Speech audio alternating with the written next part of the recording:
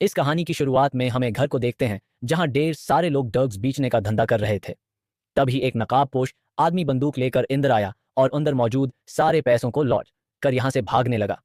लेकिन घर से निकलते ही पुलिस ने उसे चारों तरफ से घेर लिया और उसे गिरफ्तार करके जेल में डाल दिया। अब जांच के दौरान ये पता चला कि इस आदमी का नाम सीवज है, जो कभी स्पेशल फोर्सेस का एक फौजी हुआ करता था। उसने अपने देश के इराक और अफगानिस्तान में कई लड़ाइयां लड़ी और उसके लिए सरकार ने उसे ढेर सारे मेडल्स भी दिए हैं। अब जब पुलिस कमिश्नर को उन बातों का पता चला तो उसने सीवी को अपने ऑफिस बुलाया और उससे ऐसा करने की वजह पूछी। उस पर सीवरेज ने जवाब दिया कि जब तक देश को हमारी जरूरत होती है तब तक तो हमारा पूरा ख्याल रखा जाता है, पर जैसे ही हम रिटायर होते हैं सरकार हमें मरने के लिए छोड़ देती है। दरअसल सीवीज की बेटी भी है जो कि लिंग्स कैंसर से पीड़ित है और सीवीज के पास इतने पैसे भी नहीं है कि वो उसकी दवाइयां खरीद सके। अब ये सब सुनकर कमिश्नर के दिमाग में एक ख्याल आया और उसने सोच को एक मिशन पर भेजने का फैसला किया।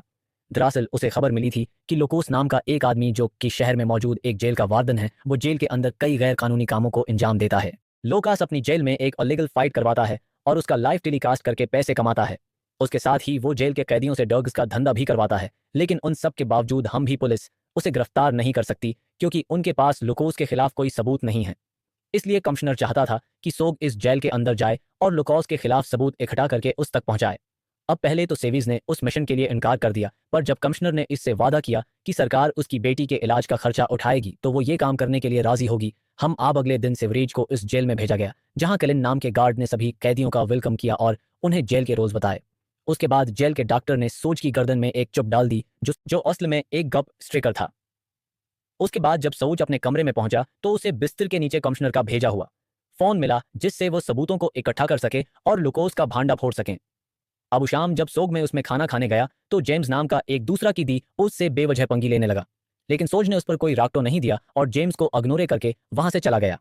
इसके बाद वो जेल के बैक यार्ड में पहुंचा जहां उसकी मुलाकात टूनी नाम की एक दूसरे कैदी से हुई। यहाँ टोनी ने सीवेज को अपनी गैंग में शामिल होने का वफर दिया, पर सोग ने उसके लिए साफ इनकार कर दिया और चुपचाप वहां से चला गया। अब इस रात जेम्स और उसके साथियों ने सोवेज पर हमला कर दिया और उसके पूरे सील में खलबली मचा दी। तभी बोनस नाम का एक दूसरा कैदी सीवेज की सील में पहुंचा और उन दोनों से लड़ने में उसकी मदद की। पर तभी यहाँ पर गार्ड्स भी यहाँ पहुंचे और उन सभी को पकड़कर एक अंधेरे कमरे में बंद कर दिया गया। उसके बाद वार्डन ने जेम्स को अपने ऑफिस बुलाया और उस मारपीट के बदले उसके अच्छे से खातिरदारी करी। अब थोड़ी देर बाद के ऑफिस पहुंचा, लेकिन वार्डन ने उसे मारने पीटने के बजाय उसे जेल में होने वाले फाइटिंग कंपटीशन के बारे में बताया।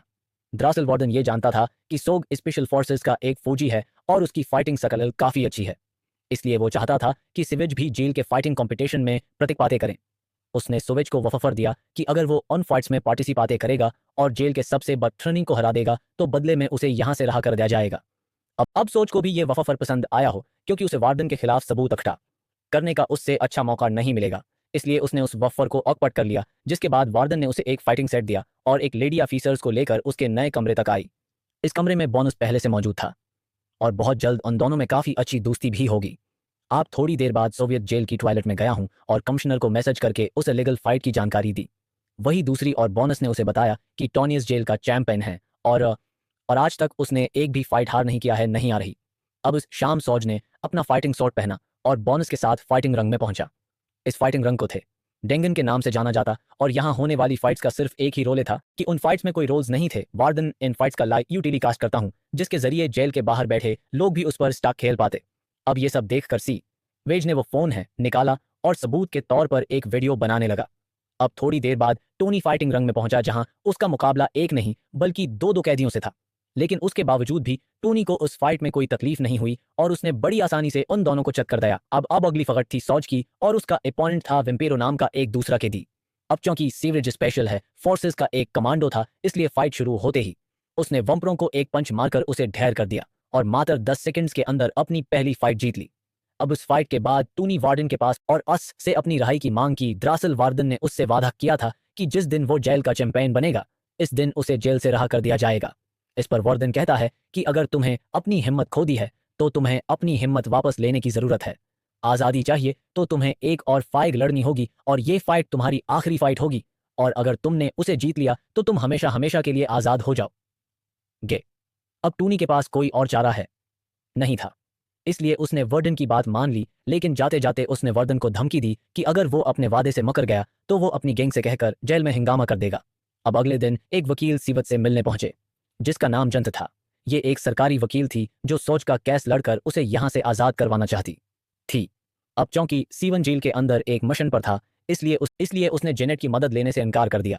लेकिन उसके बावजूद भी जेनेट ने उसे अपना कार्ड दे दिया ताकि अगर सोच का मन बदल जाए तो वो उसे कॉन्टेक्ट कर सके। उसके बाद वो सीधा जेम में पहुंचा और बोनस के साथ मिलकर अपनी अगली फाइट की तैयारी करने लगा, क्योंकि उसका अगला पॉइंट एक बहुत ही खतरनाक और फर्टीला फाइटर था। अब ऐसे ही दिन गुजरते गए और बहुत जल्द फाइट का दिन आ गया। यहाँ वार्डन ने सोच की फाइट अनोन्स की और उसके अपोनेंट को रंग में भेज दिया। अब राउंड शुरू होते ही सवोगुक का अपोनेंट उसकी तरफ भागा, लेकिन हजारवेज ने सिर्फ एक पंच मारकर इस कैदी को ढेर कर दिया। अब ये नज़ारा देखकर जेल के बाकी कैदियों के तो होश ही उड़ गए और ये सभी सोविच के नाम के नारे लगाने लगे। हालांकि सीवरेज ने इस जीत पर कोई राक्टो नहीं दिया और अब एस रॉडसोज और बोनस ने मिलकर इस जीत को कलेब्राते किया और उधर उधर की बातें करने लगी। यहाँ बातों बातों में बोनस ने बताया कि वो जेल में इसलिए बंद है क्योंकि उसने उस इंसान हलाक कर दिया था, का मर्डर किया था, जिसने उसकी बहन के साथ बदतमीजी की थी। इस पर स्वाइज कहता है कि तुमने जो भी किया बिल्कुल ठीक किया और मुझे पता है कि तुम कोई बड़े इंसान नहीं हो। अब इस रात सिविल जेल के मैसा में पहुंचा और उसके अंदर आते ही पूरे मैस में शांति छा गई। दरअसल ये सभी कैदी उसकी फकट देखकर काफी डरे हुए थे और वो सिवरेज कोई खतरा मान रहे थे। अब अगले दिन जब सोग अपने कपड़े धो रहा था तब टूनी के लोगों ने उस पर हमला कर दिया, पर ठीक उठासी वक्त जेल की एक गार्ड वहां पहुंच गई और उन सभी को रोकने की कोशिश की। पर उठासी बीच एक चागो इस गार्ड को इमरजेंसी रूम में पहुंचाया और उसकी सूझबूझ के चलते उस गार्ड की जान बच गई। उसके बाद वार्डन ने सोवेज को अपने आपस में बुलाया और तहे दिल से उसका शुक्रिया अदा किया, क्योंकि अगर उस गार्ड की जान चली जाती तो वार्डन का भांडा फोड़ना तो तय था। यहाँ वार्डन ने सिविल से इन गंडों के नाम पूछे और अपने गार्ड के लिए उनके साथ मिलकर उन दोनों को मौत के घाट उतार दिया। अब अपने साथियों की मौत के बाद टूनी गुस्से से लाल हो गया और सिविज के पास जाकर फाइट के लिए चुनौती देने लगा। हालांकि सूच ने उस पर कोई ध्यान नहीं दिया और चुपचाप अपनी ट्रेनिंग करता रहा। अब ट्रेनिंग के बाद वो वार्डन के ऑफिस में गया और उसके सामने टॉनी से फाइट करने की। अब ये सुनकर वार्डन खुश हो गया क्योंकि इन दोनों की फाइट से वो करोड़ों रुपए कमा सकता था, इसलिए उसमें सोच का ये वफर कपट कर लिया और उन दोनों की फाइट बक कर दी।